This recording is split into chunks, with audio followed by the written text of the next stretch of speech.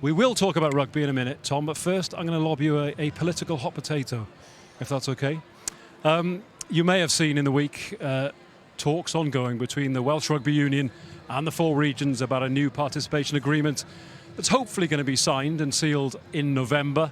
But one element they're discussing at the moment, Tom, which has been reported in the press this week, is the fact that the WRU may be willing to write off or at least take on £40 million worth of the region's debt in exchange for a 20% stake in the regions. So far, so acceptable, you might say. But in the small print of this deal, there is a kind of clause that says the national head coach, in this case Warren Gatland, might be able to dictate or at least influence where players play and in what position they play. Now, if you're a CEO, and you are actually technically a CEO. Prestige worldwide. Sure, get the plug in. Would you be enthusiastic about this proposal or a little bit suspicious? Probably a little bit suspicious as to what's gone on in the past, but I think as a whole, I think it is a good option to have. You're right, it is in the small print. I think when you're releasing a lot of debt from the 4 regions, you're releasing a lot of loan repayments, interest payments.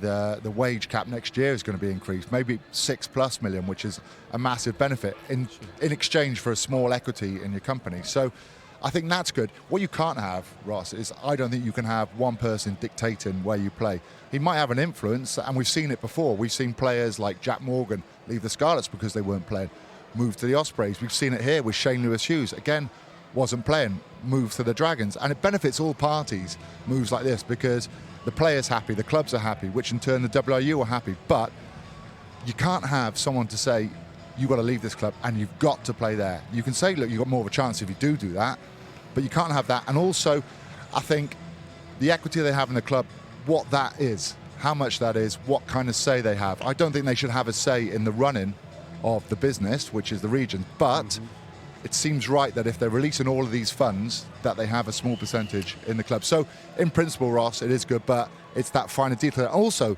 these guys running these clubs, these 4 clubs, they're successful businessmen. So it's not like that they're mugs. They're going to know what a good deal is, but it's trying to find that small print. But positive. You love your politics, don't you? The devil will be in the detail, Alex. But on that one point about players potentially being shifted around clubs by the head coach of Wales, from a playing perspective, if you were told one morning when you came into training, actually you're going to move down the road to the Dragons or to the Scarlets, without much of a saying, would you be happy with that? Yeah, no chance. I think personally that would be pretty different in terms of, I'm settled. Say if I was at Cardiff, I was real settled there, and then I got told I had to move to Scarlets, I'd say no. But then when you getting told by the head coach you have a chance to make it your side, yourself, to get into the national side, it's something you're going to have to think about, isn't it? So they're the sort of, I guess, predicaments that the players that are going to be coming under. But positive note, if the money's there to spend and be competitive in the league, I think it's got to be all positive on my side. It always comes down to money, doesn't it? And as Shank said, it could be the case the playing budgets go up to as much as 6.5 million if they get this agreement over the line. So we will watch with interest over the next few weeks as more details come to light.